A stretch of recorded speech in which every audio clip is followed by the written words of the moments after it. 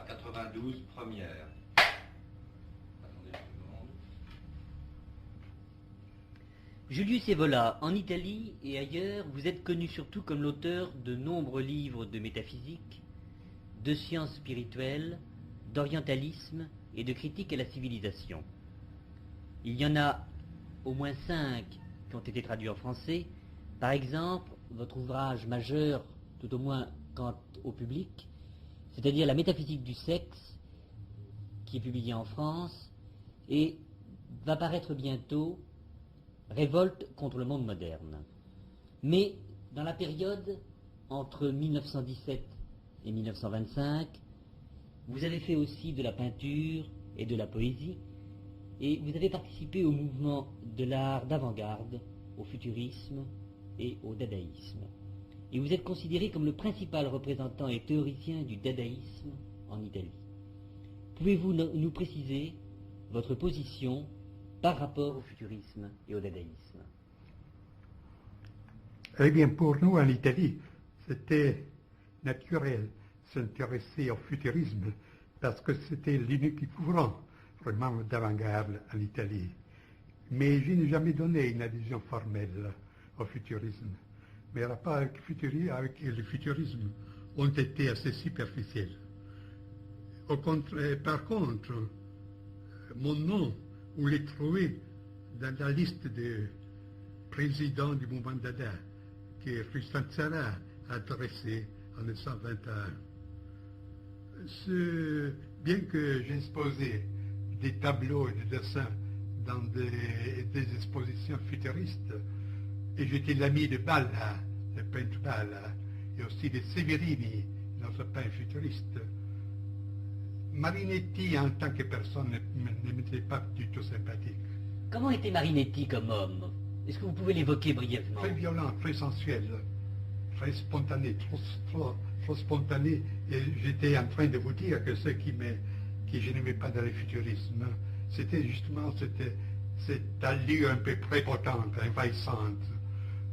Tout ce que dans le futurisme était une sorte de dynamisme sur une base essentiellement sensoriale, une sorte d'élan vital dépourvu d'une dimension de l'intériorité, tout cela est très loin de moi. Au contraire, lorsque j'ai lu les premiers manifestes du dadaïsme, j'ai senti une affinité profonde avec ses positions. Alors j'écriais à Tzara, et alors il s'empressa de me faire avoir toutes les publications d'Ada qu'il publiait, qu'il ferait paraître. Comment était Tristan Tzara? Comme peux-je le dire, il est venu à Rome une fois, c'est là que je l'ai connu. Mais est-ce que vous pouvez tracer un portrait rapide de l'homme? Difficilement. Si je ferme les yeux, je ne le vois pas physiquement devant mes yeux. Il y a presque 50 ans qu'ils sont passés là. Mais en ce qui concerne le dadaïsme, on a dit que votre conception était fondamentalement spiritualiste. Pouvez-vous nous préciser dans quel sens et quelle signification eut pour vous l'expérience dadaïste? Alors, le terme spiritualisme, c'est un peu fat et vague. Le fait, c'est que, avant tout, je ne suis pas parti de l'art et de la littérature. Je connaissais déjà textes de métaphysique et de mystique. Pour moi, ce qui était intéressant dans le dadaïsme, c'était une volonté de destruction radicale. C'était l'évocation d'un chaos primordial pour dépasser toutes les limites. Mais le but de cela, ce n'était pas pour moi, selon mon interprétation, le moi qui rentre dans une sorte de vie indifférenciée, mais une ouverture à la transcendance. Dans ce sens-là, je peux dire que ma conception était spiritualiste. Et j'ajoute que, on peut dire, mais pour préciser, le but, ce n'était pas de délivrer la vie avec la majuscule, mais c'est de se délivrer de la vie pour passer dans une dimension supérieure. Alors, je dois dire que Tristan Tzara n'était pas dépourvu d'une compréhension pour cette dimension plus profonde du dadaïsme. Il y a, par exemple, ici, je regarde encore, une carte de lui, date septembre 21, envoyée du Tyrol autrichien. Il dit, je me trouve ici avec des autres amis, Aragon, Éluard, Harpe, Hertz, écrivez-moi ce que vous faites et ce que vous pensez. Vous savez bien que je m'intéresse beaucoup à tout ce que vous faites. Écrivez même sous la forme lapidaire d'une carte. Eh bien, dans cette carte, une carte postale, il y a les paysages d'une vallée, c'est le Ötztal. Il y a un village, et une église, un clocher, à Aiguille, comme vous le savez en Tyrol. Eh bien, Sarah a dessiné une rose qui s'ouvre au-dessus de la croix. C'est presque une allusion rosicrucienne. Puis au fond, il y a les glaciers. Dans le sommet le plus haut, il y a une main, avec le poing dressé vers le ciel. Là, c'est un symbolisme assez clair. Et comme je vous l'ai dit, nous entendions aussi sur ces questions transcendantes qui n'avaient rien à faire avec l'art dans le sens très étroit. C'est ça. Et je souligne un autre point, que dans le dadaïsme, tel que je l'interpréterai, l'accent était posé sur les moi comme un centre souverain et lucide, qui se retrouvait soi-même dans l'arbitraire, dans la raréfaction, dans le bouleversement des formes. C'est l'attitude absolument contraire à celle qui s'est développée, qui s'est développée ensuite dans certaines branches du surréalisme, avec ce penchant morbide vers l'inconscient, pas vers le supraconscient, vers l'inconscient et la psychanalyse, voire même pour l'écriture automatique, cela.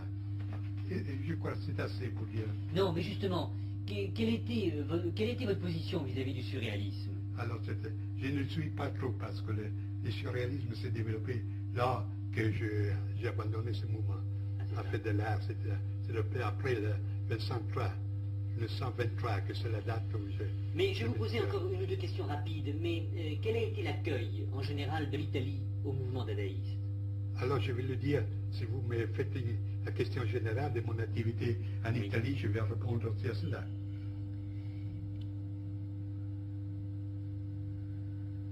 C'est ça. Quelles ont été les manifestations du dadaïsme au sens propre en Italie?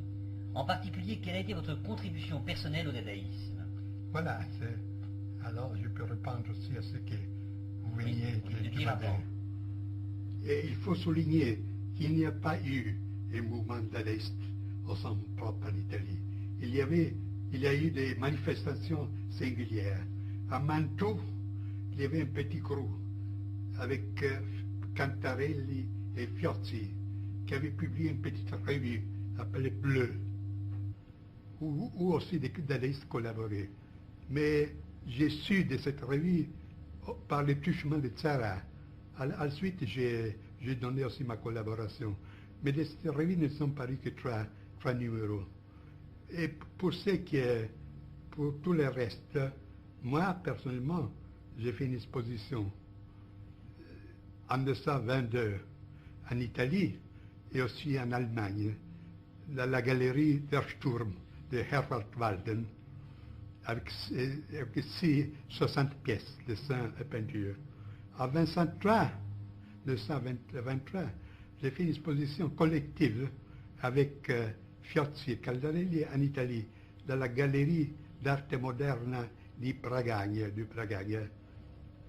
Et puis, j'ai publié une brochure appelée Arte Astrata pour la collection Dada. Il y avait des peintures, des poèmes et l'interprétation théorique par moi de l'art abstrait. Puis j'ai fait des conférences, une conférence sur Dada, même à l'université de Rome. Puis il y avait à Rome, puis j'ai publié un poème, La parole obscure du paysage intérieur, poème à 4 voix, en français. Il parut pour la collection Dada en 1920.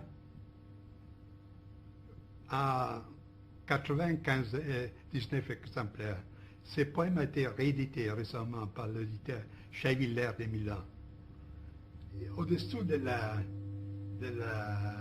salle de concert bien connue à Rome, l'Augusteo, il y avait un cabaret nommé les grottes de l'Augusteo. Les grottes de l'Augusteo. Avait été organisé par un certain Ciacelli, un peintre futuriste qui avait un cabaret aussi à Stockholm. 93 première. À Rome, il y avait une salle de concert très Une connue. seconde, vous reprenez maintenant. Allez-y, parce qu'on sait Maintenant. quand vous voulez. À Rome, À Rome, il y avait une salle de concert très connue, dans un ancien amphithéâtre romain, appelé Augusteo. Au-dessous de cette salle, un peintre futuriste italien, Arturo Ciacelli, avait créé un cabaret à la française. Dans ce cabaret, dans les salles de ce concert, deux de ces salles, je les peintes moi-même, j'ai fait la décoration moi-même. Là est un petit théâtre. Dans ce théâtre, il y a eu une manifestation Dada, avec la récitation de ce poème à 4 voix, par 4 personnages, 3 hommes et une jeune fille, qui pendant la récitation buvaient du champagne et fumaient. Et la musique d'accompagnement, Schoenberg, Satie et des autres musiciens de cette ligne. Cette soirée était destinée à des invités seulement, et chacun a reçu un petit talisman Dada. Et nous avions intention de lancer un numéro unique sur le dadaïsme avec la traduction des manifestes Dada, mais malheureusement celui qui nous avait promis les moyens financiers n'a pas tenu sa parole. n'a pas tenu sa parole. Et je vous dis que là, quant à l'exposition dadaïste, il ne s'agissait pas seulement de tableaux, mais nous avions l'intention précise d'épater les bourgeois le plus possible. Ainsi, il y avait dans la salle toutes sortes de placards. À l'entrée, chaque visiteur entre salle intrigant. Puis, à travers la salle, des mots de Tristan Tzara. J'aimerais bien coucher avec le pape. Vous ne comprenez pas, nous non plus, comme c'est triste. Au fond, avant nous, la blénorragie, après de nous, le déluge. Puis, sous les tableaux, il y avait des petites écritures comme ça, par exemple, achetez ce tableau, je vous en prie, ça fait 2 francs 50. L'autre tableau à regarder en dansant les chimies. Puis les préférences et les antipathies de Dada. Par exemple, Dada aime les bas en soi. Dada est contre la patrie. Dada n'aime pas la Sainte Vierge. Le vrai Dada est contre Dada, et ainsi de suite. Alors, vous pensez bien que, étant donné cet penchant auquel nous tenions beaucoup, parce que pour nous, une certaine mystification, un certain euphémisme, une certaine ironie était essentielle dans le dadaïsme. Vous pouvez bien penser quel était l'accueil du public en général, qui se rendait déjà aux manifestations dadaïstes, pas pour s'intéresser à l'art, mais pour faire du tabac. Si bien qu'on se rendait là avec des potages, avec des œufs pourris, etc. Mais aussi, à part le public en général, aussi la critique ne nous prit pas au sérieux. Il n'avait pas un soupçon de ce qu'il y avait de sérieux, dirais-je même très sérieux. Il y avait derrière cette masque de fumisme et de mystification, etc. Ainsi, je peux dire que le dadaïsme n'a pas eu de suite en Italie. Lorsque je suis retiré, lorsqu'après avoir publié 3 ou 4 numéros, le groupe de Mantoue s'est retiré dans le silence, il n'y a pas plus eu de suite. Quelle a été la raison de votre retraite, justement? Je vous l'ai dit, mais je peux ajouter pour compléter que oui. Dans le cas, ce qui a eu une répercussion en Italie, c'était la direction de l'art abstrait surtout. Cette direction agit surtout sur le futurisme, influençant le futurisme. Surtout Trampolini, qui peut être considéré comme le lien, le trait d'union entre le futurisme et dadaïsme. Il publiait une revue qui s'appelait Noé, nous autres. Et un numéro fut fait aussi avec moi comme compte directeur. Mais puis nous n'étions pas d'accord. Après ce numéro, rien ne s'est produit plus. Mais je crois que vous avez une attitude assez critique vis-à-vis du futurisme. Est-ce que vous pourriez nous reparler brièvement de Marinetti et de son futurisme? De nous donner vos raisons critiques. Mais il se peut que c'est mieux qu'étudier cette chose à part. Mais Et à la fin, si vous voulez un cadre plus organique que bon. la Alors, question. justement, avec le recul du temps, que pensez-vous de votre expérience dadaïste, du dadaïsme et du regain d'intérêt de main milieu actuel pour ce mouvement? Comme je vous l'ai dit, pour nous, le dadaïsme était quelque chose de très sérieux. Il n'avait pas une signification en tant qu'art. Pour nous, ce n'était pas les tentatives de créer un art nouveau. C'était l'opposé du futurisme, qui était emballé pour le futur, pour la civilisation moderne, la vélocité, la machine. Tout cela n'existait pas pour nous. Alors, si on considérait le dadaïsme, et en partie aussi l'art abstrait, avait une valeur comme le reflet, comme la manifestation d'une crise existentielle très profonde. On était arrivé au point zéro de valeur. Alors il n'y avait pas trop de possibilités à celui qui avait fait sérieusement cette expérience. On devait se tuer, ou bien rebourser chemin. Et plusieurs l'ont fait. Vous voyez, Aragon, Breton, Soupaul, Sarah lui-même, récemment en Italie, peu avant sa mort, reçut un prix presque académique de poésie. En Italie, il y a eu des phénomènes analogues. Papini, avec le groupe duquel j'étais très apparenté lorsqu'il faisait l'anarchiste et l'individualiste, est devenu catholique.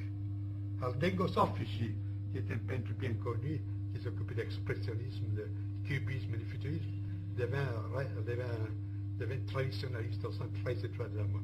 Alors c'est la deuxième possibilité. On ne se tient pas sur ces positions. La troisième, c'est jeter à l'aventure. Type Rimbaud. On pourrait dire que la méthode dadaïste n'est pas dépourvue d'une certaine relation avec la formule dadaïsme toujours, telle que je l'ai interprétée, avec la formule de Rimbaud. Des règlements de tout le sang pour devenir voyant. Alors, comme je dis, l'autre solution, c'était de se jeter à l'aventure, comme le fait le dernier Rimbaud, comme le fait les filles en certaine mesure, Blessandra et des autres personnes.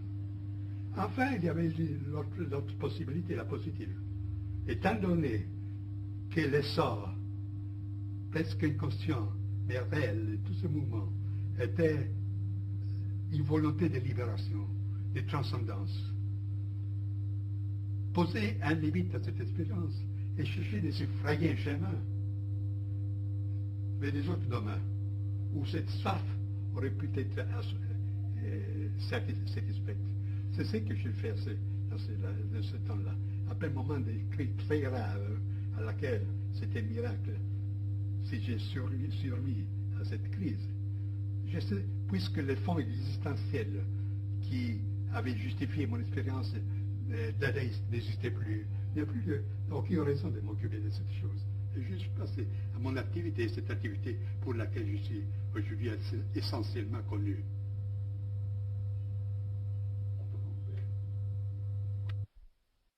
Dada 94, première. Que pensez-vous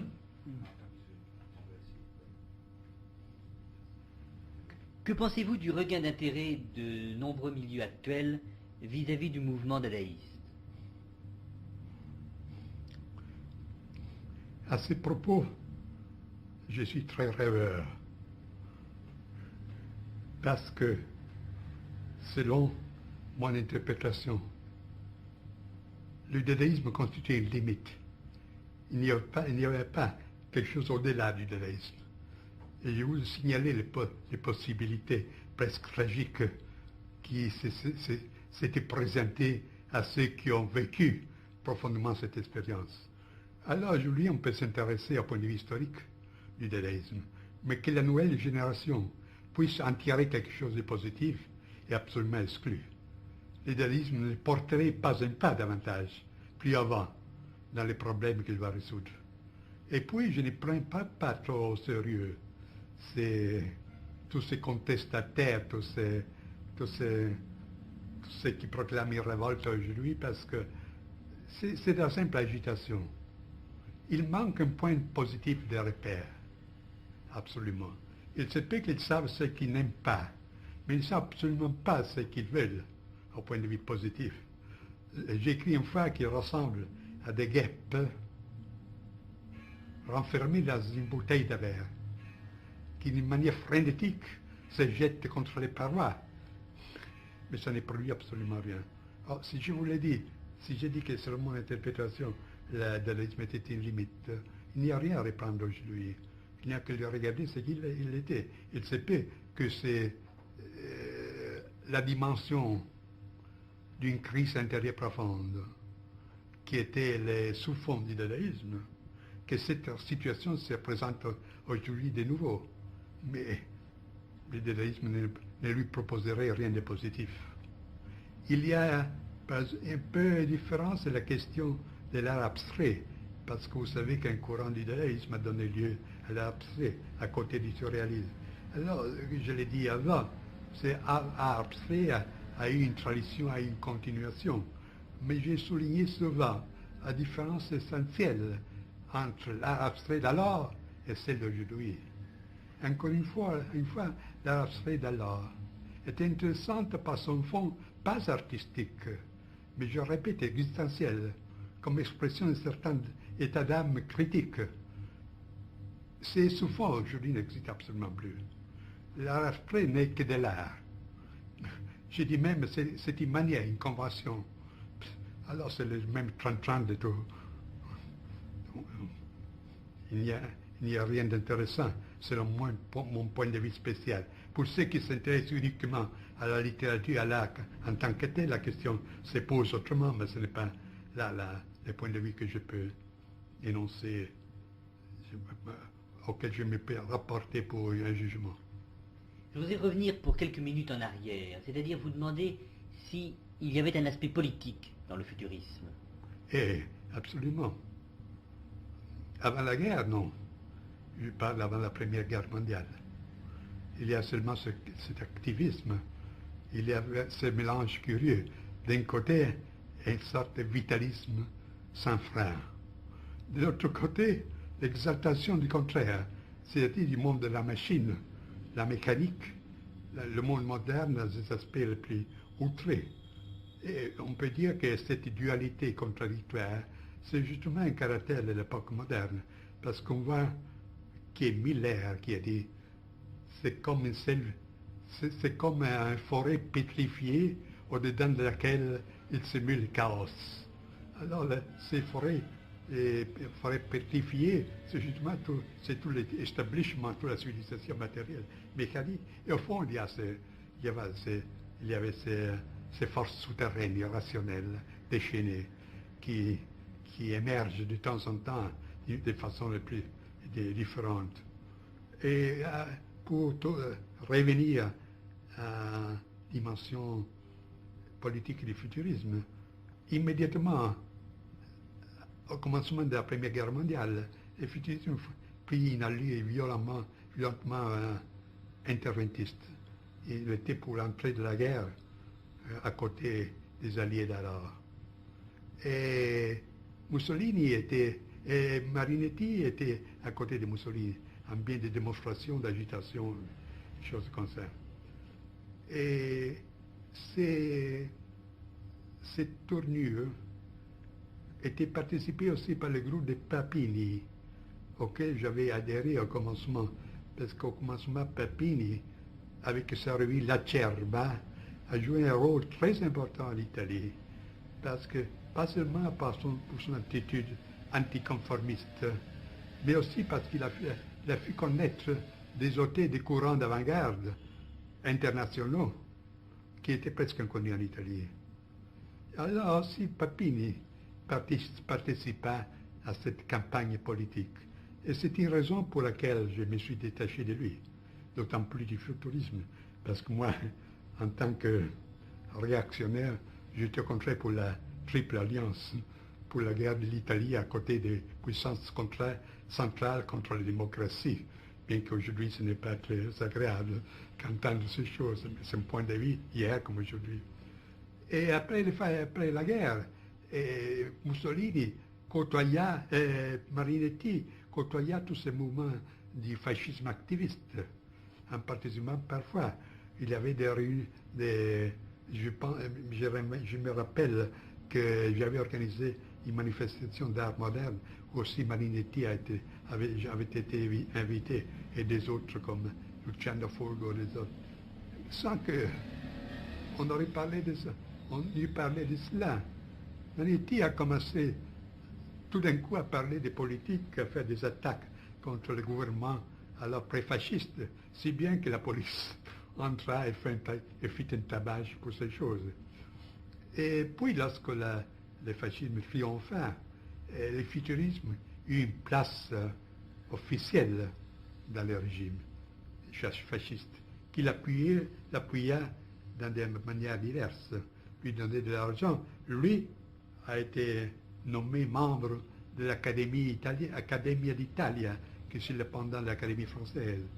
Et c'est un paradoxe, parce que justement, Marinetti, qui avait proclamé il faut donner le feu aux académies et aux musées, alors s'est promené dans toute cérémonie officielle avec l'épée, avec la féluche, un académicien. Mais cette dernière phase du futurisme fut la plus stérile. Aucune personnalité de relief n'est parue dans la période fasciste dans le cadre du futurisme. Boccioni était mort depuis longtemps, Balla quitta le futurisme. Chacun, divers partis du mouvement futuriste ont rebroussé chemin. Je parlais déjà des Soffici et des autres. Et il n'y a eu pas une continuation créative du futurisme dans la dernière période. Mais il a eu une sorte de consécration politique officielle, si bien qu'aujourd'hui, il y a des feuilles qu'on appelle néofascistes, qui de temps en temps prend soin de célébrer le futurisme, de l'exalter, sans se poser nullement le problème de la valeur plus profonde du futurisme et de la mesure où le futurisme peut être concilié avec une ligne de droite, une ligne conservatrice au sens spirituel. Coupe, s'il te plaît. Maintenant, 94A, première. Attendez que je m'asseye. Vas-y. votre peinture pouvait se diviser en deux périodes distinctes. La première, de 1915 à 1918, dite tendance d'idéalisme sensoriel, et la seconde, Julius Evola, de 1918 à 1921, dite tendance d'abstraction mystique. Est-ce bien exact? Et pouvez-vous nous expliquer en quelques mots ces genres de peinture? Oui, c'est deux désignations. C'est tout. Dans le catalogue de la première exposition que j'ai faite en Italie, chez Bragagne, en 1922.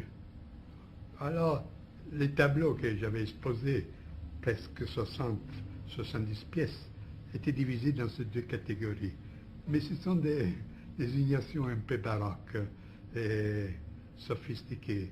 Tout simplement, idéalisme sensoriel, c'était un abstractisme qui quand même gardait un souffle sensoriel, plus ou moins comme un certain futurisme. Quant à l'abstractisme mystique, c'était justement une peinture absolument abstraite, dont le but c'était d'évoquer, dans une certaine façon, justement quelque chose de transcendant, quelque chose, une sorte d'illumination. C'est tout là. Puis naturellement, je n'ai plus employé ces désignations qui, comme je vous ai dit, aujourd'hui semblent assez artificielles, forcées. Et tous les tableaux que nous allons filmer ici correspondent à La deuxième période. Tous. Tous. Très bien. Coupe. Très bien. Et voilà oui. un premier. Une seconde. Encore. Oui. Julius Evola, voulez-vous nous parler de vos origines, de vos années de jeunesse et de votre formation spirituelle? Mes origines, je suis né à Rome. Pour ce qui concerne le côté purement biographique, je ne l'estime pas digne d'intérêt.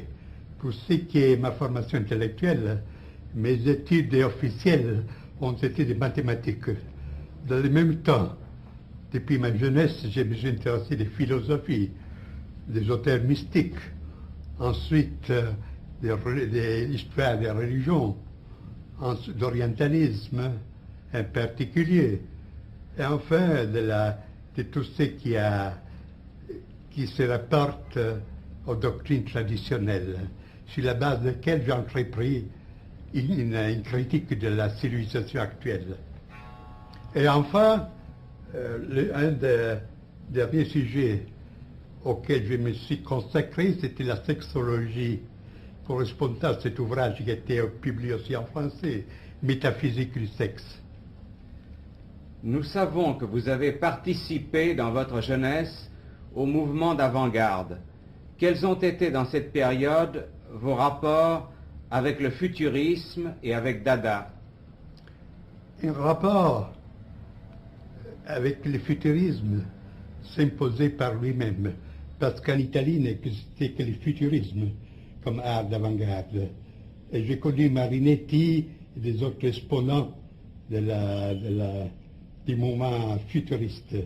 Mais puis, peu à peu, je me suis aperçu qu'il n'y en avait pas une homogénéité entre mon orientation et celle futuriste, à laquelle j'accusais une sorte de dynamisme chaotique, une sorte d'élan vital, avec du chauvinisme, avec l'exaltation des futurs problématiques. Toutes ces choses, pour moi, ne marchaient pas. Et au contraire, je me suis presque immédiatement intéressé au moment dadaïste, immédiatement après la guerre. C'était 1919. Ben, j'étais en rapport avec Tristan Tzara, avec lequel je m'entendis très bien. Et dans ce temps-là, j'ai donné ma contribution dans le domaine de la peinture, de la poésie. Pour la poésie, c'est ma formation précédente avait pour centre surtout le courant français, le symbolisme, Ribot, Mallarmé, tout cela. Et j'ai donné, comme je vous l'ai dit, je me suis entendu très bien avec Tristan Tzara. Et lui aussi avait une certaine compréhension pour mon interprétation particulière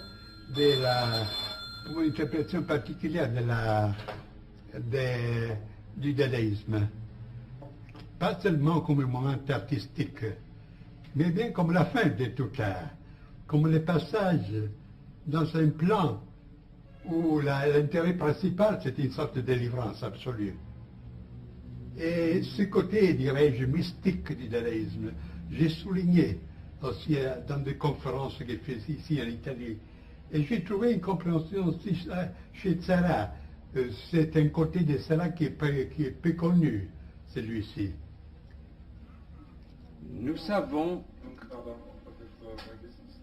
Archive, monsieur, voilà un A premier. Oui. Attendez une seconde. Allez-y. Nous savons qu'en 1923, vous avez cessé de vous intéresser d'une manière active tant à la peinture qu'à la poésie. Quelles sont les raisons de ce changement? Comme je viens de le vous dire, et pour moi, toute cette expérience artistique n'avait pas une valeur seulement artistique. C'est une sorte de reflet d'une crise existentielle profonde qui était survenue immédiatement après la guerre, avec le retour de la guerre. Alors ce n'est pas un état où on pouvait demeurer. C'est là la différence, j'estime, entre l'art abstrait d'alors et l'art abstrait d'aujourd'hui. Alors l'art abstrait avait cette dimension existentielle profonde. Aujourd'hui, c'est une sorte de convention, de manière, qui n'a pas aucune dimension en profondité. Alors, c'est évident que lorsque j'ai dépassé cette crise, aussi son expression extérieure dans le domaine artistique n'a eu plus une raison d'être. Mais si on a vécu sérieusement et au profond cette crise, il n'y avait pas trop de chemin à choisir. Quelqu'un pouvait se tuer, les autres faire rebrousser chemin, ce qui ont fait aussi certains dadaïstes à partir d'Aragon, par exemple, ou bien s'effrayer le chemin pour une dimension ultérieure de l'expérience. C'est ce que j'essayais. En 1925 et jusqu'en 1930, vous formulez la théorie de l'idéalisme magique et de l'individu absolu. C'est le sujet de votre livre « Il Camino del Cinabro ». Nous expliqueriez-vous cette doctrine? Mais pour l'expliquer, je devais entrer dans un domaine technique de philosophie.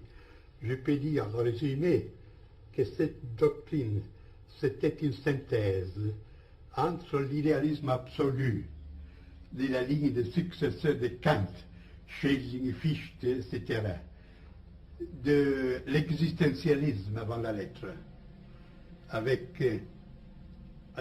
une dimension ésotérique. En troisième lieu, de la doctrine de la puissance, parce que, comme il est bien compréhensible, un des auteurs qui a exercé sur moi une influence particulière, ça a été Nietzsche. Un certain Nietzsche, parce que je ne prouve pas tout. Alors, c'est une sorte de synthèse, là, de théorie de l'absolu absolu. On parle de la position gnoséologique, c'est-à-dire des doctrines de la connaissance. On la développe dans une doctrine du moi, et puis on considère les développements possibles de ce moi jusqu'à un idéal presque chimérique, c'est l'individu absolu. Et les phases de ce développement ont été exposées dans le deuxième volume de cette doctrine de cette théorie de l'individu absolu, qui s'appelle phénoménologie de l'individu absolu.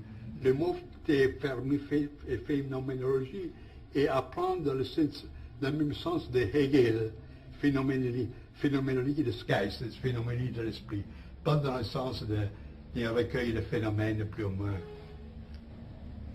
Novalis a-t-il eu une influence sur vous? En partie parce que à ce temps, j'étais assez intoxiqué par la méthode académique. Et Novalis, j'ai reconnu qu'il avait des intuitions très profondes. Mais ce qui me gênait, c'était son côté poétique et intuitionniste, pas systématique. Votre livre, La tradition hermétique, est une exposition de la doctrine secrète qui se cache sous les symboles de l'alchimie.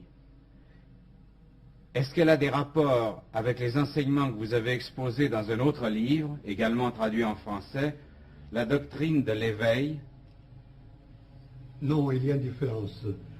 La doctrine de l'éveil, c'est une exposition systématique de l'ascèse, de l'ascétisme bouddhiste, que j'ai reconstruit sur la base des textes originaux pali.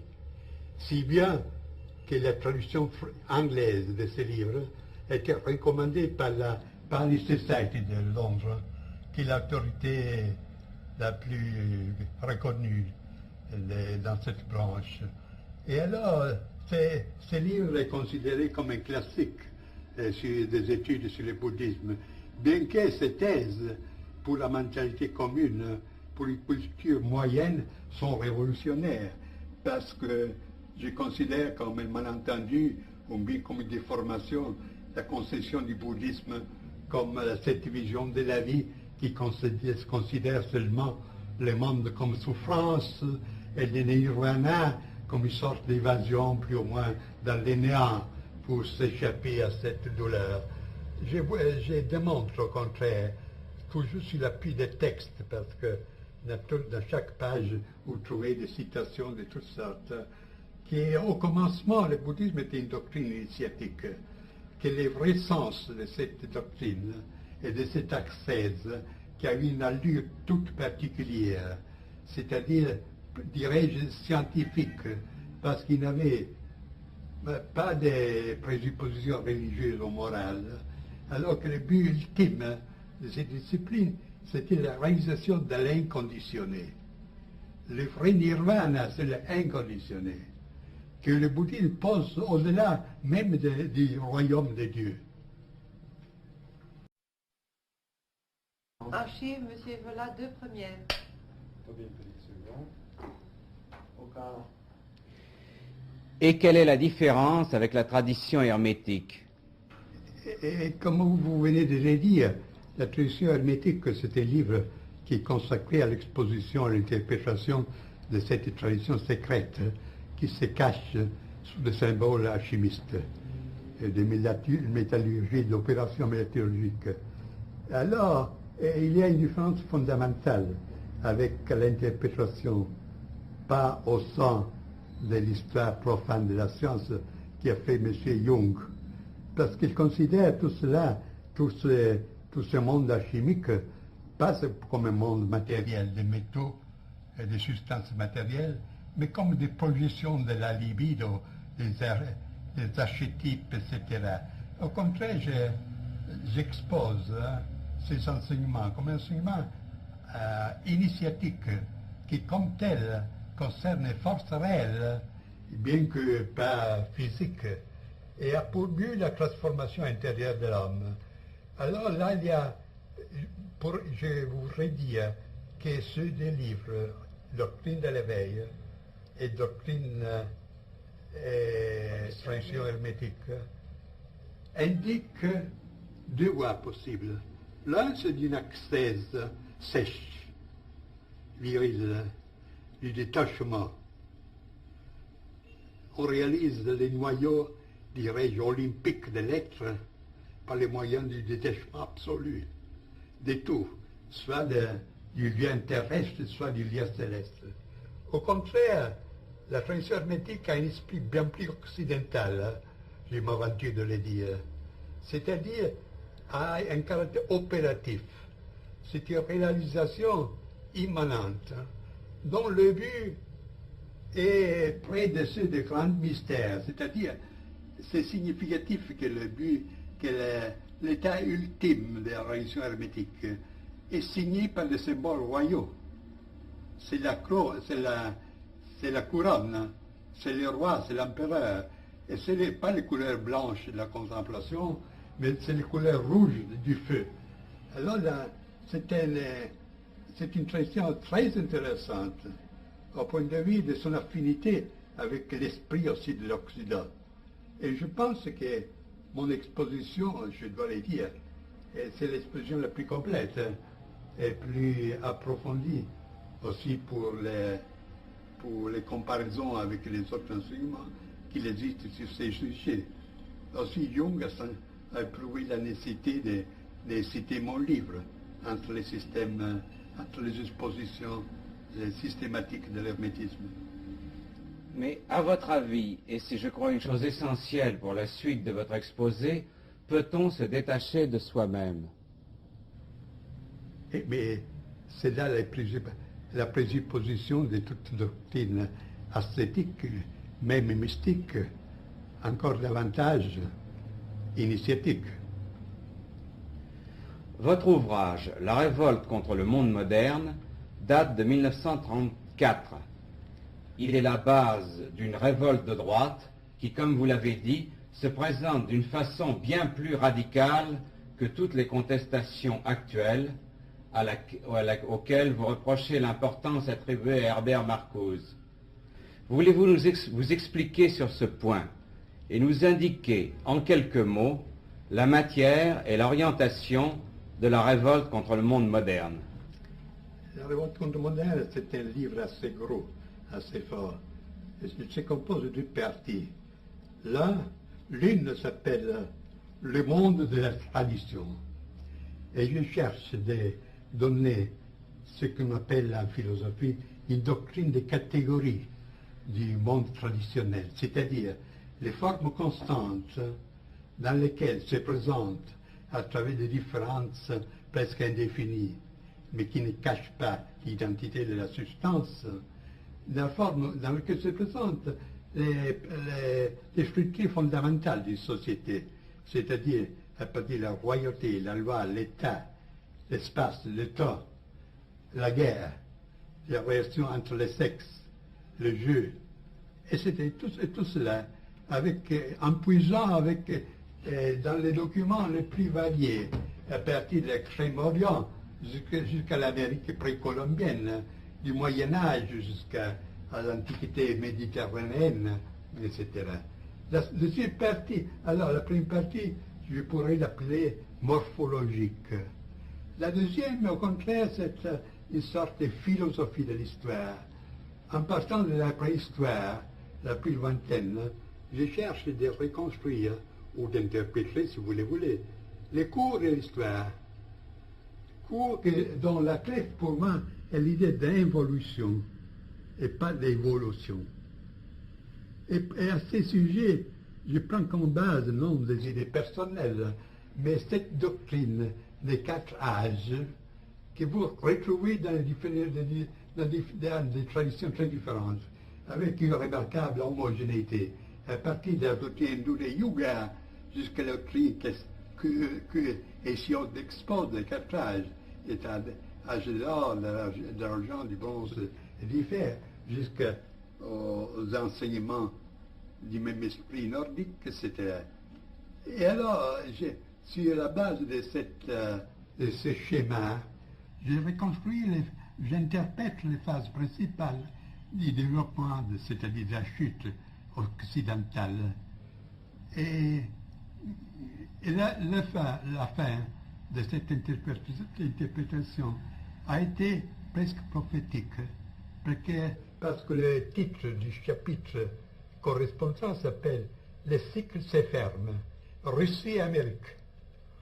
Et je donne l'image de la Russie bolchéviste et de l'Amérique capitaliste comme 2 branches des mêmes choses que malgré toutes les différences ont le même sens, d'étrangler tout ce qui reste de l'Europe traditionnelle. C'est ce qui est arrivé après, si vous considérez que le livre est paru en 1933-34 en Italie, en 1934 en Allemagne. Alors, étant donné cette structure du livre, vous voyez que les titres « Révolte du monde moderne » ne correspondent pas entièrement au contenu, parce qu'il ne s'agit pas d'un livre polémique. Mais la polémique vient par soi-même, parce que, en voyant comme sont les choses, c'est naturel pour quiconque garde une certaine sensibilité spirituelle de dire non au monde moderne. Mais c'est là la différence avec Marcuse, avec toute cette bande de contestataires, etc. Ils peuvent avoir raison dans certaines critiques, mais lorsque vous demandez au nom de quoi, ils ne savent absolument dire rien.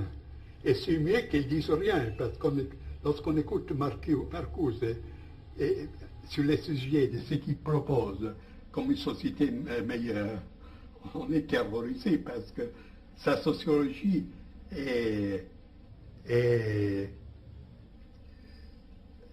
s'inspire d'un freudisme tellement grossier qui fait absolument rire. Alors c'est ça, puisque dans mon livre, comme point de départ, je pose le monde de la tradition, je pose en même temps le point de repère, dans les cas qu'on veut s'aventurer dans une contestation positive, qui par soi-même est naturellement une constitution de droite, pas de gauche.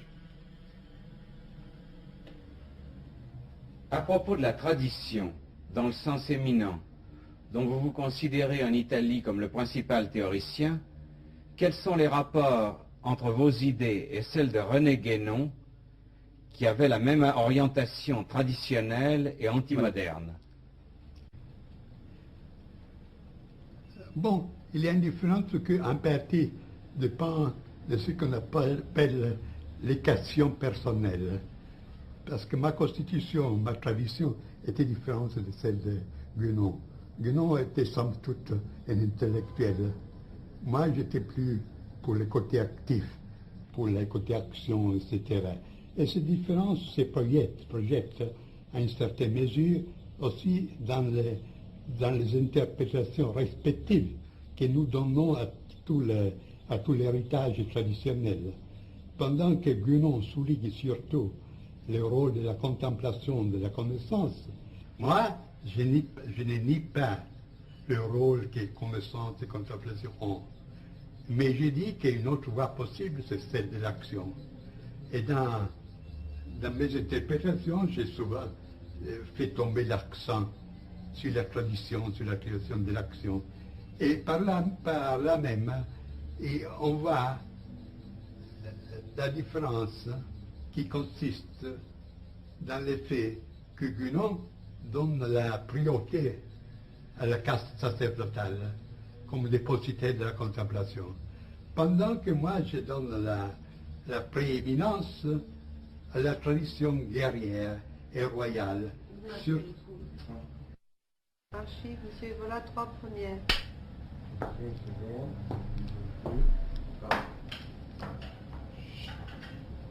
Cette différence se reflète dans le rôle que nous donnons à l'Église et à l'Empire.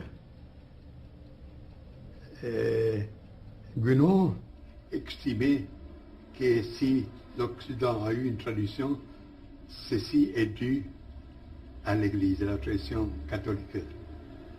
Moi, j'ai affirmé avec Dante, au demeurant, que la tradition ghibelline de l'Empire était l'exponent justement d'une tradition de la même dignité, avec une dimension surnaturelle qui est très claire dans l'idéologie ghibelline des Hohenstaufen, des empereurs allemands.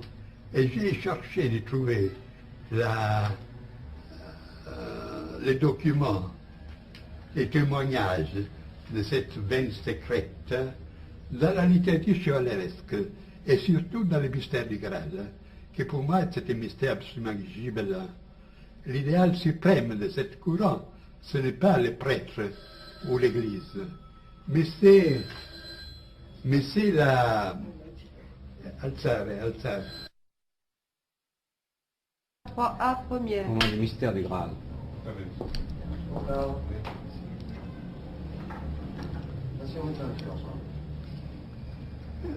Alors, en cherchant des témoignages sur la spiritualité impériale, sur les ghibellines, je me suis rapporté à toute la tradition chevaleresque, notamment à la tradition du Graal, que j'ai interprété dans un livre qui est paru aussi en français, qui s'appelle Les mystères du Graal et la tradition ghibelline. Et alors, il apparaît que le Graal, qu'on devait retrouver pour faire fleurir de nouveau un royaume déchu, c'était justement l'héritage de cette tradition unitaire, royale et sacerdotale dans le même temps. Parce que c'est là un point de différence avec Guénon. Parce que Guénon, comme il est obligé de reconnaître, estime qu'aux origines, les deux autorités étaient réunies. L'autorité spirituelle et le pouvoir temporel étaient un. Ce qui existait jusqu'à hier au Japon, pour ne parler des anciennes civilisations, il ne faut pas la peine de les nommer ici. Et puis que seulement ensuite, il y a eu cette division des pouvoirs. Mais alors, étant donné cette division, il estime que c'est partant du pouvoir de l'autorité spirituelle qu'on devait chercher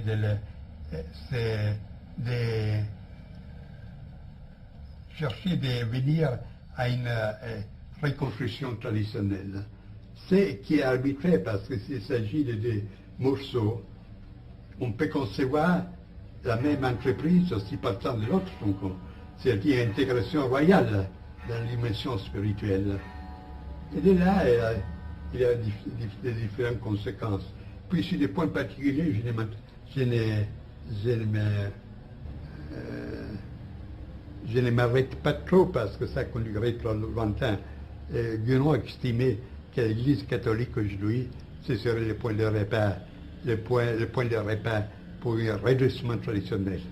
On voit aujourd'hui où est que va l'Église. Ce sont des illusions. Et je garde une lettre de Guénon avec laquelle nous avions une correspondance très suivie, dans laquelle, puisque j'ai fait cette objection, il a dit, et pour moi c'était un devoir d'indiquer certaines possibilités, mais je savais d'avance qu'il aurait eu une fin de nous recevoir. Et alors la direction aujourd'hui ouverte à gauche de l'Église ne laisse pas de doute sur cette chose. Et l'autre point de contraste, c'est au sujet de la maçonnerie, de la franc-maçonnerie.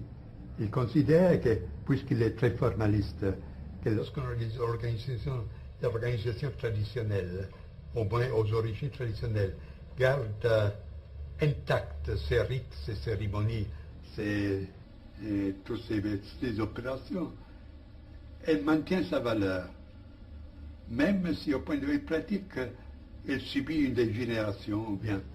Et moi, je ne suis pas de cet avis, n'est-ce pas?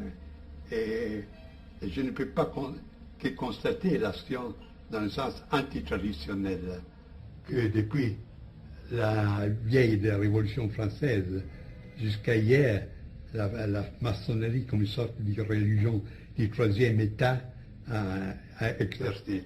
Et je suppose que dans la maçonnerie, qui aux origines avait un caractère initiatique, que dans cette maçonnerie se sont infiltrés, sont pénétrés des influences qui lui ont donné une direction tout à fait contraire. Est-ce que vous accepteriez de nous parler d'un point particulier? C'est le livre le plus mystérieux de Guénon, Le Roi du Monde. Oui. Qu'en pensez-vous? Eh bien là, c'est un aperçu général du caractère de nature documentaire. Il constate comme l'idée d'un centre suprême du monde revient dans les traditions les plus diverses. Et il décrit ces différentes traditions. Et décrit aussi quelle est la fonction attribuée à ce centre. Quant à dire si ce centre existe ou non, il croit qu'il existe, mais il ne va pas trop à s'aventurer dans cette information, dans une affirmation si dangereuse, parce que j'écris un essai dont le titre est « Les centres initiatiques de l'histoire ». Ce roi du monde devait contrôler les destins de l'humanité. Que fait-il? Parce qu'il est clair que l'Occident, depuis longtemps, a pris la voie du déclin, d'involution. Et aujourd'hui, encore davantage. Que fait-il? Ou il ne peut pas, ou il ne veut pas intervenir. Alors, c'est là un problème. Et nous ne parlons pas du Tibet, dont les mythes étaient si fascinants, si charmants pour beaucoup de spiritualistes, des théosophes. Et il a suffi que des bandes communistes l'envahissaient parce que tout ce qui était tradition tibétaine a disparu. Sur le plan de l'action, quels ont été vos rapports avec le national-socialisme et le fascisme? Est-ce qu'à cet égard, il faut se reporter à votre livre, Le fascisme et ses critiques du point de vue de la droite, suivi des remarques sur le Troisième Reich? Bon, il faut que je dise d'abord que je n'étais ni fasciste, ni national-socialiste, ni membre d'aucun parti, comme je n'ai pas donné ma voix à aucune élection. Pour ce qui est de ce mouvement, il y a deux côtés à considérer. L'un négatif, c'est-à-dire leur négation. Et je ne pouvais pas être d'accord avec le mouvement qui s'est déclaré contre toute démocratie et tout marxisme. Alors, je pouvais accepter cette position. Pour ce qui concerne la les côtés positifs. Il y a des côtés valuables, des aspects valuables, des aspects qui ne l'étaient pas. Et ce que je pouvais prouver est la reconstruction de l'autorité de l'État. L'idée de passer la lutte des classes avec une formation hiérarchique et corporative, et un certain style militaire et discipliné de la nation, et une certaine tendance anti-bourgeoise. Et tout cela, pour moi, allait bien. Et ce que je n'approuve pas, c'est le côté dictatorial. Chez nous, le mal est à moitié parce que, bien que nominalement, la monarchie existait encore. Au contraire, l'action du national-socialiste a été, dans certains sens, assez destructrice, parce qu'il a nié, en grande partie, ces traditions qui existaient même après la Première Guerre mondiale. Alors, pour ce qui sont les rapports avec ce mouvement, je n'ai exercé presque aucune action dans le monde du fascisme, aussi pour des raisons particulières de mentalité et pour une sorte de maçonnerie qui s'était formée là, des groupements fermés. Pendant que j'exerçais une certaine action en Allemagne, mais justement dans ce milieu qui n'était pas justement national-socialiste, mais qui était conservateur aristocratique. Par exemple, j'ai fait des conférences. Archive, monsieur, voilà 4 premières. Une seconde. Au cas. Non, quand on va. J'ai dit que les rapports, je l'ai eu surtout avec l'élément de ce qu'on appelait la révolution conservatrice en Allemagne, la conservative révolution.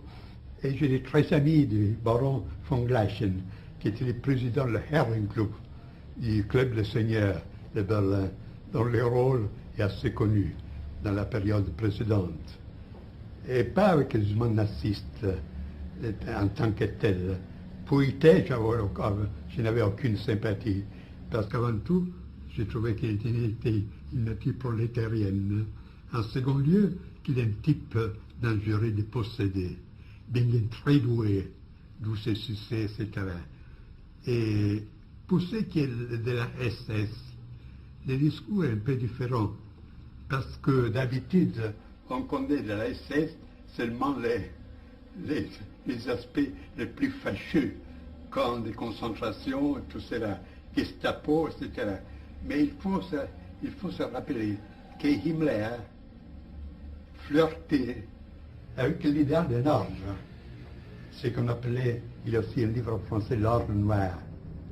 Il voulait ressusciter dans une nouvelle forme l'ancien ordre des chevaliers Teutones, des chevaliers germaniques du IIe siècle.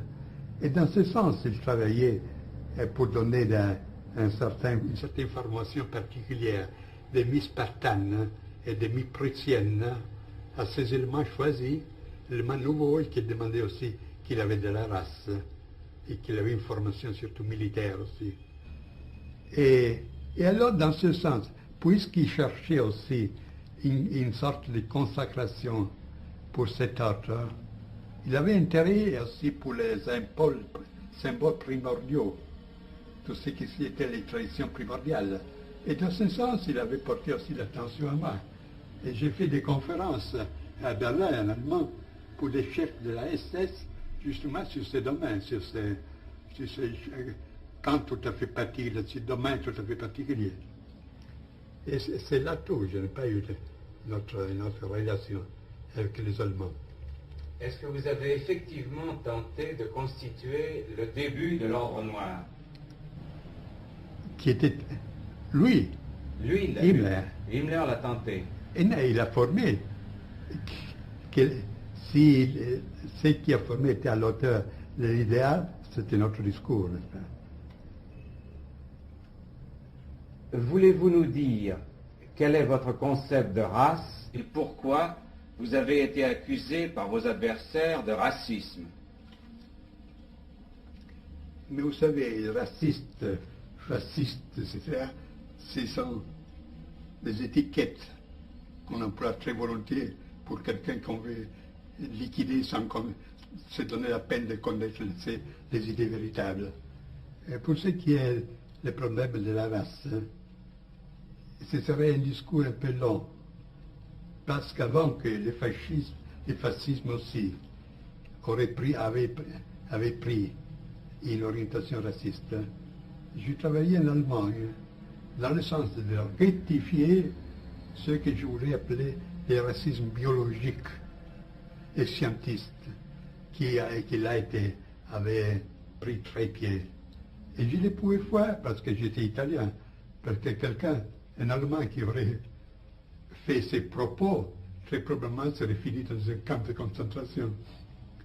Alors, pour arriver à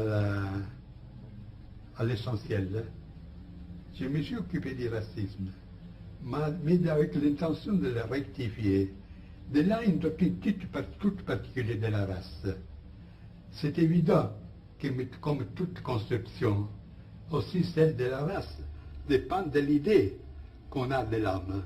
Si cette idée est matérialiste, c'est évident qu'il y a aussi les conceptions qu'il prend pour base seront matérialistes.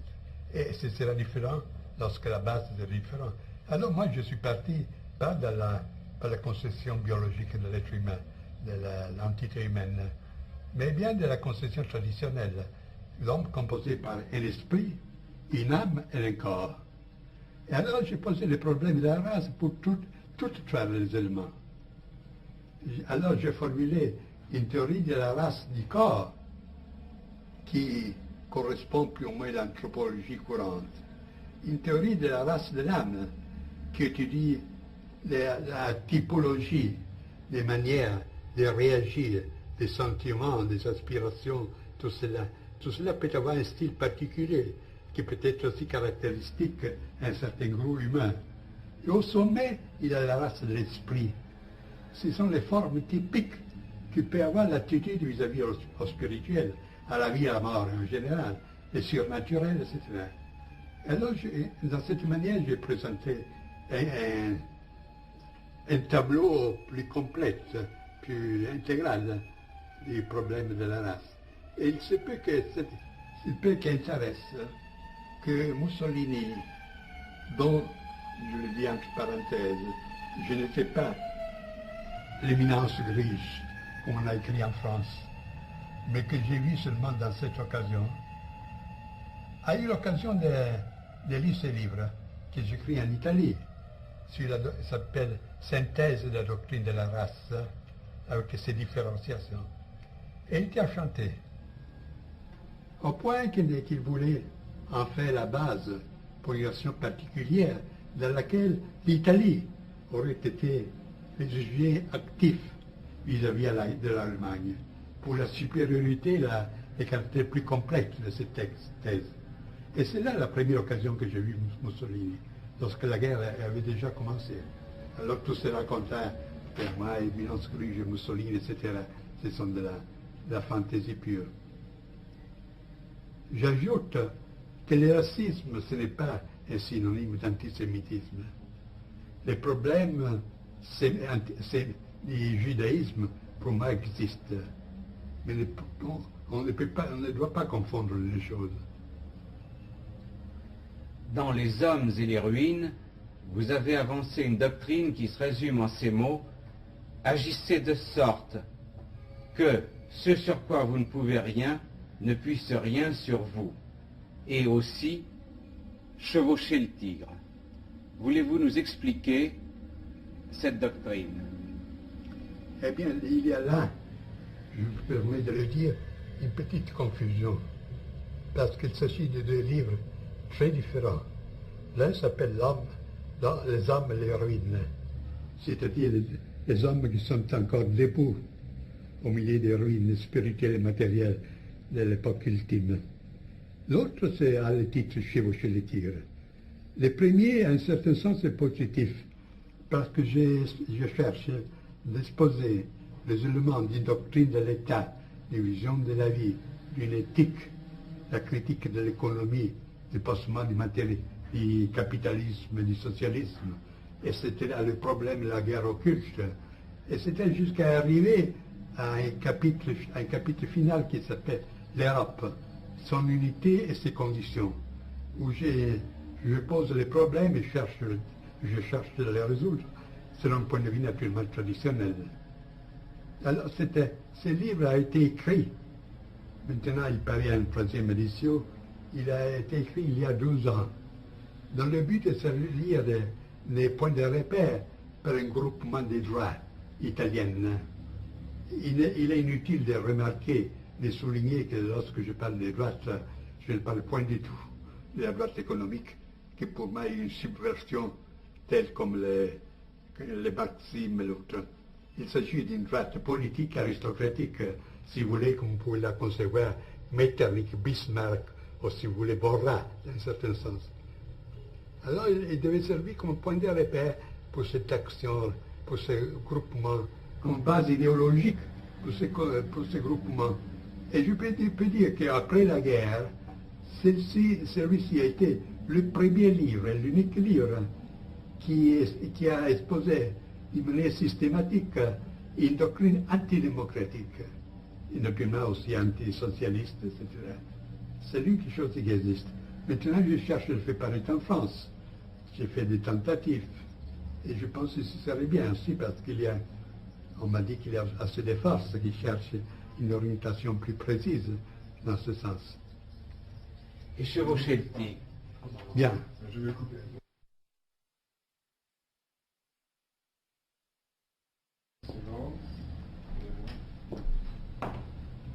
Encore. Et chevaucher le tigre. Chevaucher le tigre, c'était bien. Tandis que le premier livre a une intention positive, le point de repère pour une reconstruction, bien que hypothétique et utopique étant donné le temps. Le deuxième livre a une orientation, a une présupposition négative.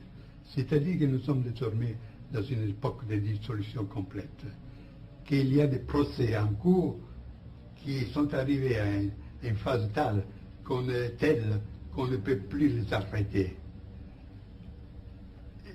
Au point que s'opposer directement à ce procès, à ce phénomène, on risquerait d'être écrasé.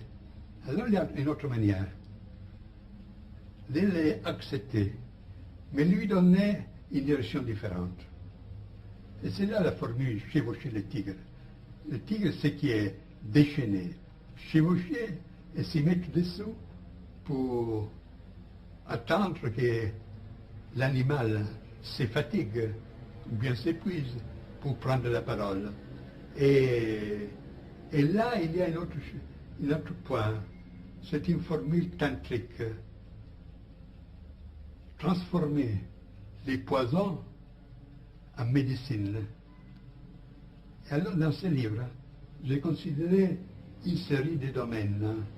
La religion, la morale, la science, les arts, la politique, la vision du monde, la société, la famille, le sexe, tout cela. Et j'ai examiné le caractère de la dissolution qui a frappé tous ces domaines.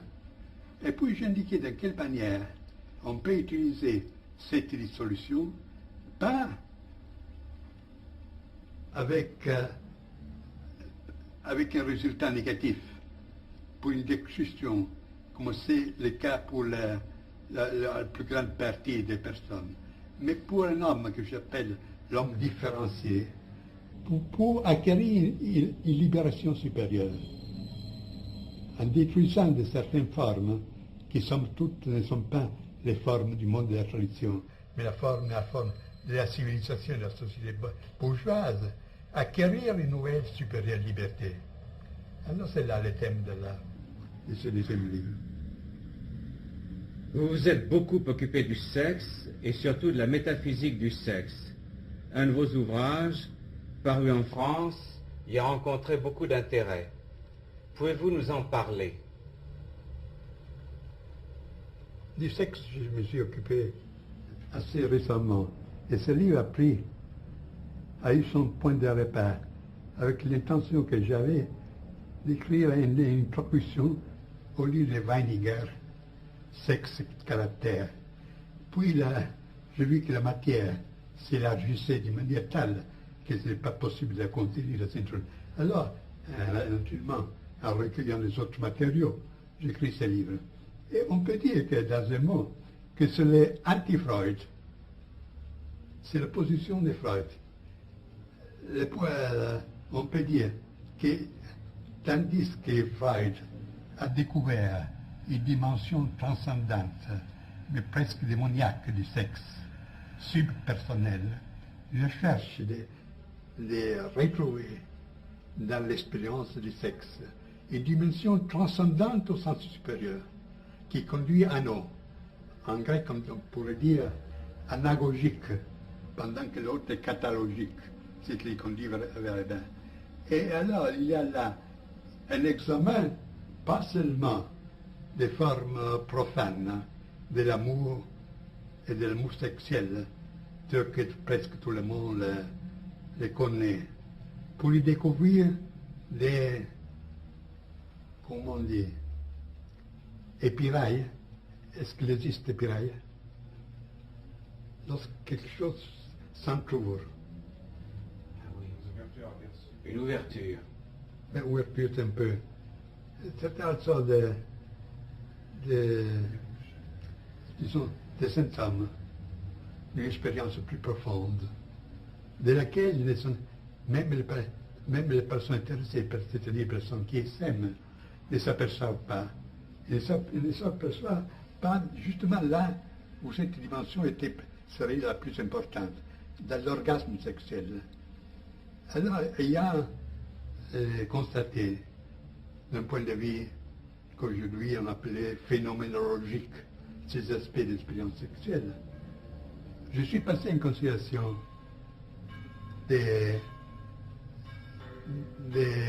d'études comparées.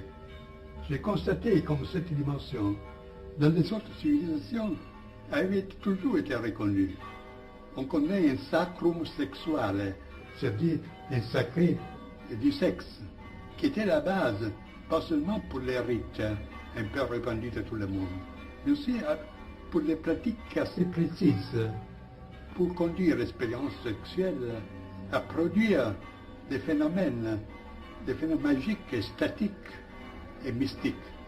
Et là, j'ai recueilli des traditions de toutes sortes, selon mon habitude, l'extrême-orient du taoïsme, au tantrisme, les pays arabes, c'était jusqu'à la démonologie du Moyen-Âge, etc. Alors, c'est la position de Freud dans ce sens que j'ai cherché d'attirer l'attention sur une dimension du sexe qui est autant suprapersonnelle et profonde comme celle sur laquelle Freud s'est obsessionné, mais qui au contraire a pour fond le plus profond une transcendance.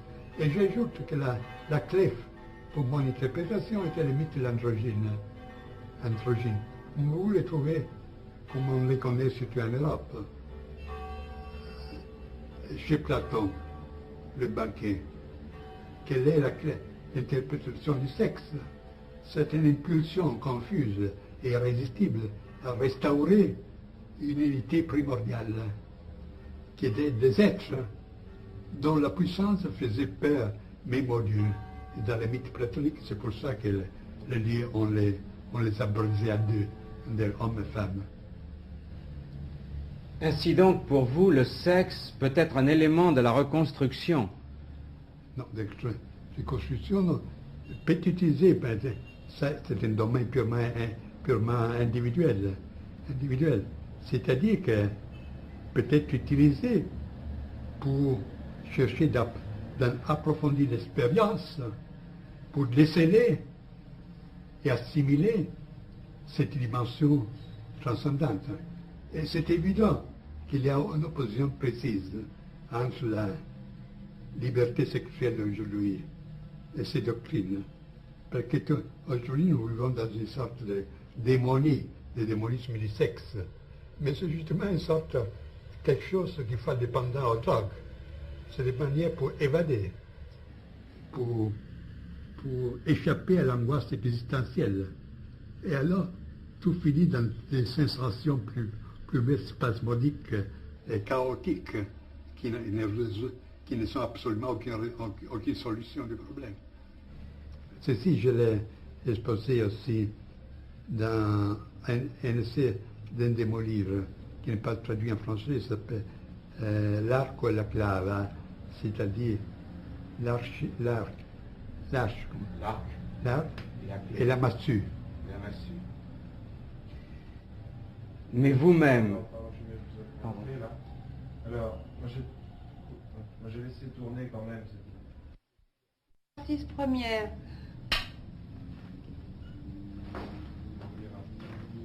Encore, oui. mais vous-même, vous ne vous êtes jamais marié. Pourquoi? Parce que j'ai toujours tenu à ma liberté absolue, aussi dans ce champ. Je ne connais pas même ma famille, c'est-à-dire, elle existe, mais j'ai vécu toujours de manière indépendante et absolument anti-bourgeoise. Ainsi que je n'ai eu jamais une profession, une occupation dans un bureau, etc. J'ai préféré d'avoir moins de possibilités, mais une pleine liberté. Et puis, au point de vue sexuel, je ne suis pas pour la monogamie. Veuillez excuser cette question, mais on a souvent dit que vous vous livrez à des pratiques magiques, à la magie noire de la voix de la main gauche tantrique. D'où pensez-vous que naissent de tels bruits, de telles suppositions? Mais comme je vous l'ai dit, il y a des personnes qui veulent absolument créer des mythes et prendre les occasions les plus drôles pour se satisfaire. On est arrivé même, justement, c'est en France qu'on a écrit que chez moi, on célèbre les messes noires avec les jeunes filles blondes chaque semaine. Alors, étant donné mes conditions, il y a à dire ce mot allemand, zu schön um wahr zu sein, c'est-à-dire c'est trop beau pour être vrai. Alors, ce que je peux dire, qu'en 1927, 28 et 29, j'ai organisé ce qu'on s'appelait le groupe des Our, qui ne s'occupait pas de magie, mais des opérations initiatiques. Et après cette période, alors il faut distinguer entre des pratiques initiatiques et des pratiques magiques, ce qui est assez différent.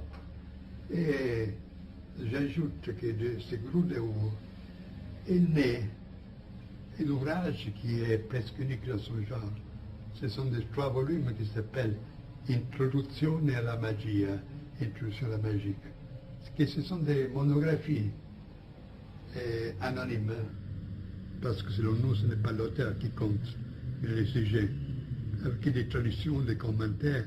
Alors je pense que pour quelqu'un qui veut explorer de manière sérieuse, parmi tant de contrefaçons et de fantaisies, ce sujet, cet ouvrage est indispensable. Et paru en troisième édition italienne, il y a un an, moins d'un an, ici. Et si, pour ce qui est l'origine de ce recontact, vous savez bien qu'en partant des théories, on arrive très facilement à supposer des pratiques correspondantes. Moi, j'étais le premier en Italie à faire connaître le tantrisme, à exposer aussi ces rites de la main de la roi, de la main gauche, etc., à examiner cette éthique de ce qu'on appelle le kaula. C'est un courant de tantrique qui professe une sorte de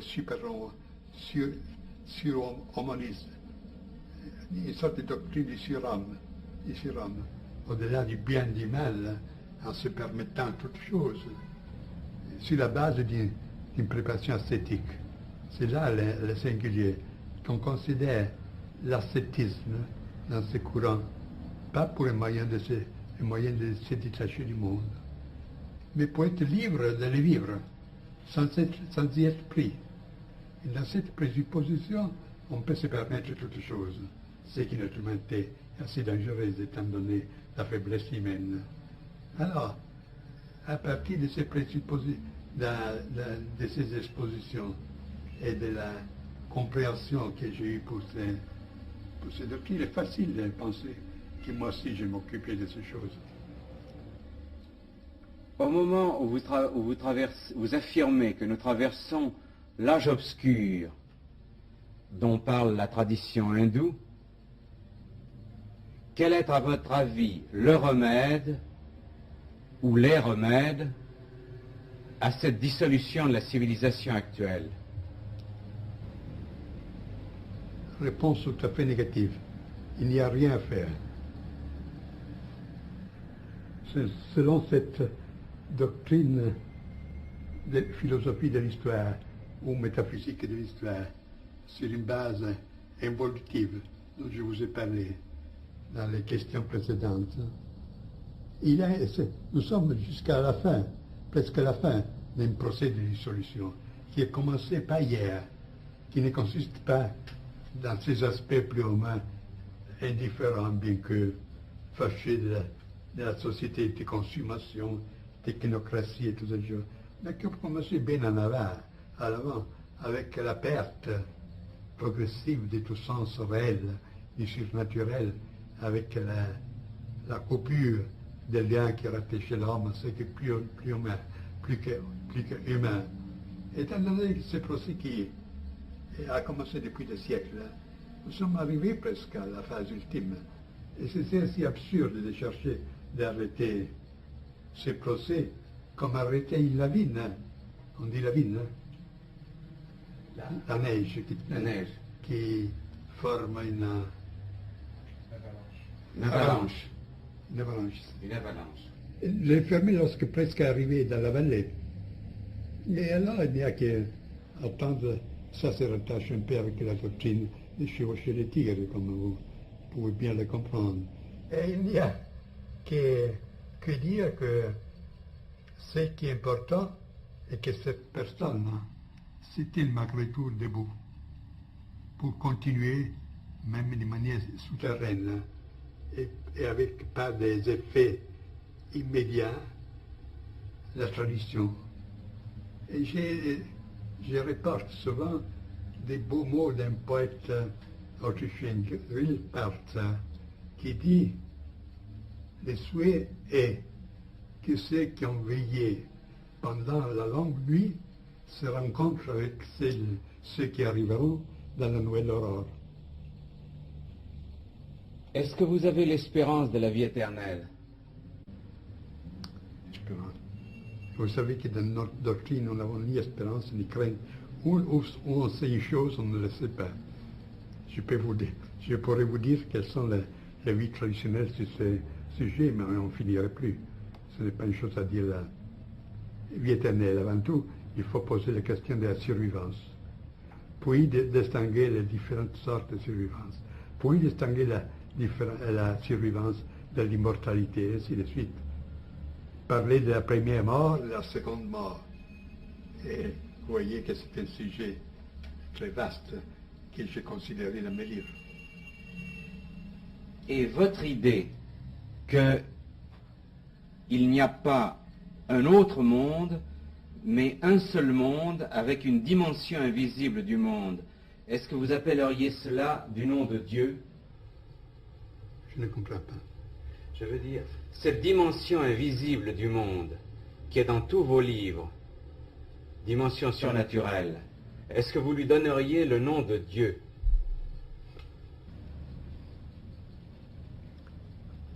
Je me permets de vous dire que la question est mal posée. Avant tout, il existe pas une réalité au derrière de l'autre, mais il existe de différents moyens d'expérimenter une chose unique. Ce qui est matériel c'est les phénomènes, les projections d'un œil matériel, d'un regard matériel. Lorsque l'homme a changé son être, il persévérera la même réalité dans les autres formes. Et alors, ce sont des dimensions. Et comme dans la radio, vous pouvez tourner les boutons sur des différentes longueurs d'onde, et vous percevez des autres, des suites différentes. Alors là, il n'existe pas un monde relatif et un monde absolu, mais un regard relatif et un regard absolu. Pour ce qui est Dieu, ce n'est pas le cas d'y parler, parce que pour la métaphysique, le Dieu c'est un concept qui appartient à la conscience religieuse, pas la conscience métaphysique. Vous savez que selon la doctrine hindoue, et aussi selon certains mystiques occidentaux, comme Dionys l'Aréopagite, et même Plotin, même Maître Eckhart, on considère quelque chose qui est au-delà de la divinité, de Dieu. Parce que le Dieu, selon le point de vue oriental, hindou par exemple, c'est le principe de l'être. Mais le principe de l'être a, vis-à-vis de soi, le principe du non-être. Il y a quelque chose de supérieur à l'être et au non-être. Et au non-être. Et c'est une sorte de... Cette première. Ça fait rien, quand on va juste pendant que ça tourne, Oui, si vous voulez reprendre, au moment où vous nous disiez que vous disiez il y a l'être, vous savez qu'il y a l'être et il y a le non-être. Je disais que Dieu, c'est une catégorie qui appartient surtout au domaine religieux, et tel que l'on l'entend surtout en Occident. On pense au Dieu théiste, le Dieu comme personne. Alors, ce n'est pas un concept, une catégorie de la métaphysique. Parce que ce Dieu théiste, au maximum, on peut le considérer comme le principe de l'être. Mais l'être par lui-même, pour sa nature, a contre soi, contre lui le non-être. Et on peut concevoir quelque chose qui est au-delà de l'être et du non-être. Et c'est là la métaphysique. C'est l'affect métaphysique dans une conception traditionnelle du monde. Et c'est là, l'un dont parle Plotin, c'est la Gottheit, c'est-à-dire le Dieu au neutrum, dont parle Meister Eckhart, et qu'il pose au-delà de Dieu.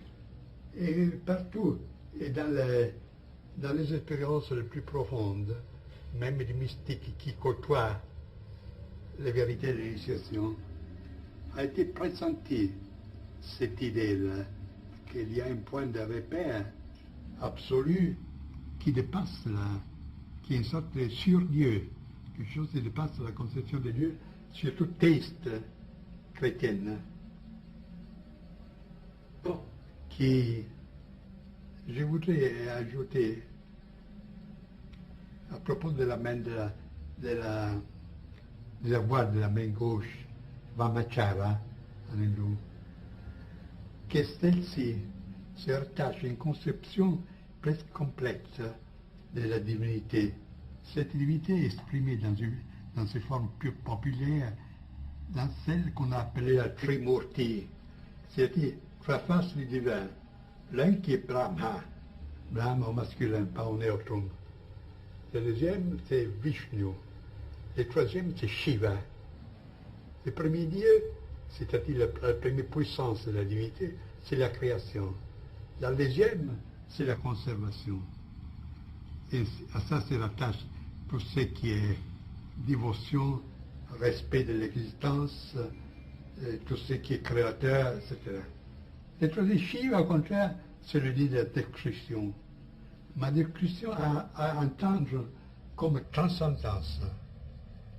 C'est le représentant de ce qui est inconditionné, et comme tel ne peut que agir d'une façon destructive sur tout ce qui est conditionné. Alors pendant que le premier Dieu, création, conservation, forme l'objet de la voix de la main droite, le troisième, Shiva, c'est justement le Dieu du troisième, qui s'appelle le Dieu qui, c'est le troisième chiffre, c'est le Dieu qui, sous le signe duquel c'est la voie, c'est tout la voie de la main gauche, qui comprend des formes de description rituelle, l'orgiasme, tout ce qui, dans son paroxysme, dépasse tout ce qui est conditionné. Et ce n'est pas, et c'est vu, ne se limite pas à ces milieux un peu spécialisés comme ceux du tantrisme. Mais si vous consultez un texte qui aux Indes a la même popularité presque de la Bible chez nous, que c'est la Bhagavad Gita, dans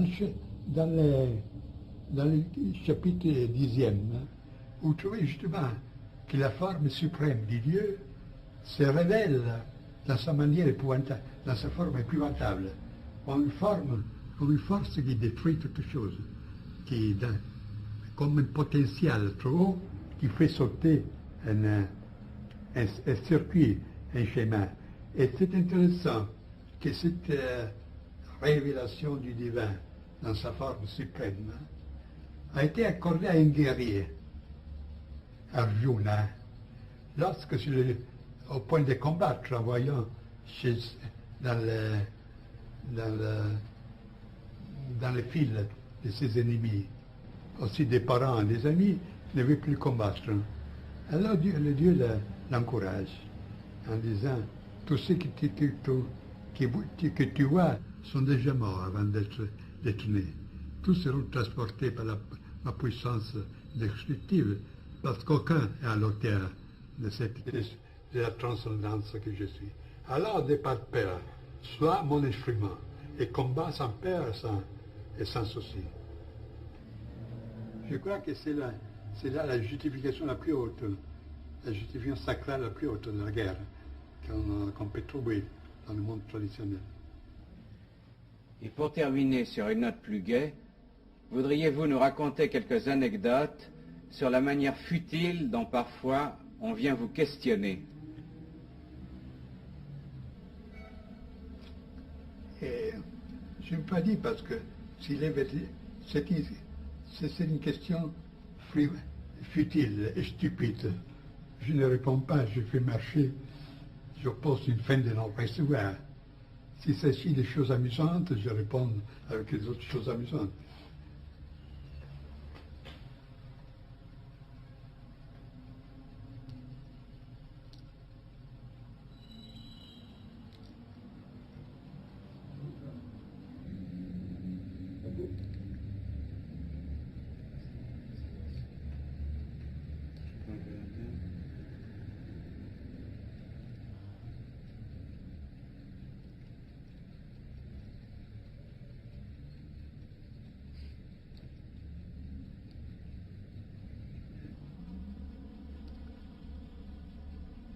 Quoi, ça marche encore? C'est pour... Archive P2 première. Julius Evola. Julius Evola. En Italie et ailleurs, vous êtes connu surtout comme l'auteur de nombreux livres de métaphysique, de sciences spirituelles, d'orientalisme et de critique de la civilisation. L'un de vos livres est même très connu en France, c'est La métaphysique du sexe, et bientôt l'on va publier Révolte contre le monde moderne. Je crois que vous n'avez pas connu le poète américain Ezra Pound, mais vous l'avez rencontré pendant la guerre à Rome, et je voudrais que vous me donniez votre opinion sur ses idées politiques, ses idées économiques.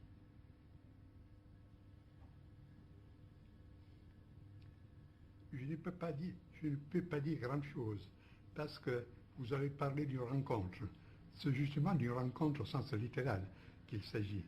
J'étais une fois à l'office de la race du ministère du fascisme, lorsque le ministre était Pavolini, et on m'a présenté Ezra Pound, en disant, voyez, c'est un poète américain qui se bat avec nous, qui collabore à notre transmission de la radio en anglais contre les Alliés et attaquant la Juiverie, qui était la force secrète de la coalition contre l'Italie. Alors, il y a eu une étreinte de main. Après 5 minutes, je ne le vis plus. Et c'est le commencement et la fin de mes relations avec Ezra Pound. Pour ce qui est du reste, ça rapporte à la période de la guerre, c'est-à-dire, je crois que c'était 942, à peu près. Et c'est là, cette activité pour laquelle il avait été déclaré un traître était sur le point d'être justifié, d'être condamné à mort. Et ensuite, je ne suis presque rien de lui, parce que, comme vous l'avez dit, je ne m'intéressais plus au fort médiocrement d'art et de littérature. Mais quand même, j'ai vu certains recueils de ses poèmes, et je dois dire franchement que je ne compris pas trop, et je ne compris non plus pourquoi il avait été appelé un grand poète, le plus grand poète de nos jours. Mais c'est une chose qui est hors de mes compétences. Puisque vous avez posé le problème de la question économique, oui, c'était la question économique, c'était un dada dans le sens français, pas le sens de Tristan Tzara, de Ezra Pound. Si bien que tout d'un coup, on rencontré dans ses poésies des allusions à des problèmes économiques, à l'abolition de l'argent, à l'usure, à des choses comme ça. Mais directement, je connais très peu de ces choses. Je sais seulement qu'à un moment donné, Ezra Pound envoyait à certains personnages italiens que je pense c'était Boris de Rachevils qui lui avait signé une lettre, une sorte de circulaire formulée dans tel terme égaux pour tous et signé par lui.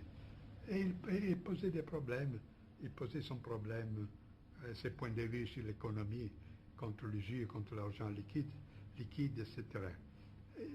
L'unique échange de lettres, ce fut alors. Ce ne fut pas même un échange, parce que j'ai reçu sa lettre, je lui ai répondu, ma réponse n'avait eu pas de réplique. Et somme toute, j'objectais cette chose, que, comme l'a remarqué Werner Sombart, c'est sociologue bien connu allemand, historien du capitalisme, l'homus economicus, l'homme purement économique, c'est un mythe, ça n'existe pas. Il existe l'homme intégral. Et selon la formation intérieure de cet homme intégral, une certaine économie prend forme. Alors il n'a pas absolument du sens de porter les problèmes à la périphérie, c'est-à-dire sur le plan des problèmes économiques. La vraie question, c'était de centrer l'homme, de favoriser cette réforme radicale de l'attitude humaine, dont la conséquence naturelle, c'était le changement aussi du système économique. À part cela, je ne trouvais pas la question sérieuse. C'est ça que j'ai exposé, mais je n'ai pas eu une réponse. Et ça, le commencement et la fin de tous mes rapports avec Ezra Pound. Mais est-ce que, pour achever cet entretien, est-ce que vous voyez Ezra Pound, si vous voulez, dans une certaine culture fasciste? Dans un système dans un système de culture fasciste. Est-ce que vous pensez qu'on peut culture raciste. Fasciste. Oui, fasciste. Mais je dois déclarer une autre chose. Oui. Que nous avons cherché avec beaucoup de peine, nous adressant aussi à sa fille, Mary. Pour l'éditeur Volpe, c'était un conservateur de Rome, un ami de moi. Les textes des articles de radiotransmission des Pound, qui ont été justement les chefs d'accusation, ce n'était pas possible de les avoir. Nous les aurions publiés très volontiers. Et sans ces textes, c'est impossible de se former une idée juste de quelle c'était la position de lui vis-à-vis du fascisme contre les Alliés, son point de vue particulier pour ce qui regarde le judaïsme, la juive. Alors il manque la base pour dire quelque chose. Coupé.